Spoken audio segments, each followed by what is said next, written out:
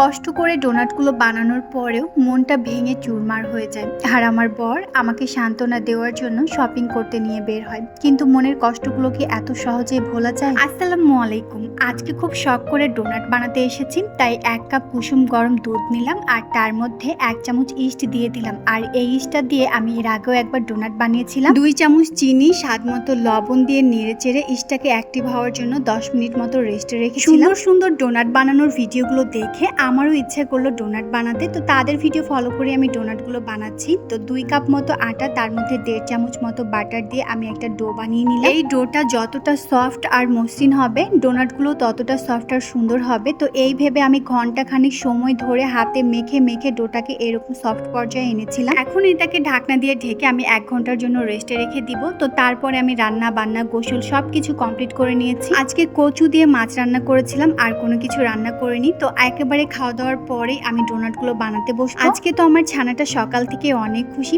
তার মা আজকে তার জন্য ডোনাট বানাচ্ছে। অনেকদিন আগে একবার ডোনাট বানিয়েছিলাম, তবে সেই ডোনাটটা একটু অন্যরকম ছিল, কিন্তু খেতে অনেক মজা লেগেছে। ডোনাটগুলো রাখার জন্য পেপার কাটিং করছিলাম, তবে কাঁচি দিয়ে কাটিং করার থেকে আমি এমনি হাতে এই কাটিংগুলো ভালো করতে পারি। যাই হোক, ডোটা ফুলে ডাবল হয়ে গিয়েছে, তাই আবারও এটাকে ভালো করে মধ্যে আমি বাতাসটাকে বের করে নেব। এর আগে যখন আমি ডোনাট বানিয়েছিলাম তখন উপকরণে একটা ডিমও অ্যাড করেছিলাম, তবে যার ভিডিও দেখে আমি সুন্দর ডোনাটগুলো বানাতে বসেছি সে ডিম অ্যাড করেনি, তাই আমিও ডিম অ্যাড করি। সেম সাইজ করে আমি কয়েকটা লেচি কেটে নিয়েছি, তারপরে সুন্দর করে হাতে গড়িয়ে নিলেই ডোনাটগুলো তৈরি হয়ে যাচ্ছে। একটা একটা করে ডোনাটগুলো বানিয়ে আমি পেপারের উপরে রাখছিলাম, পেপার সহ এটাকে ফ্রাই করব। আর ডোনাটগুলো দেখতে এত সুন্দর লাগছিল, যেমনটা তাদের ভিডিওতে দেখেছিলাম সেম তাদের মতোই হয়েছে। আমার তো অনেক খুশি লাগছে। এখন শুধু ডোনাটগুলোকে ভাজলেই ডোনাটগুলো তৈরি হয়ে যাবে। একটা একটা করে ডোনাটগুলো দিয়ে দিলাম, আর জালটা আমি মাঝারি আঁচের থেকেও একটু কম রেখেছিলাম। এই পর্যন্ত সবকিছুই ঠিকঠাক ছিল, কিন্তু যখন আমি ডোনাটগুলো উল্টিয়ে দিলাম তখন থেকে আমার মনে একটু সন্দেহ হচ্ছিল। ফিল করতে পারছিলাম হয়তো বা ডোনাটগুলো পারফেক্ট হচ্ছে না, তারপরেও মনের কোণে কোথাও একটু আশা ছিল,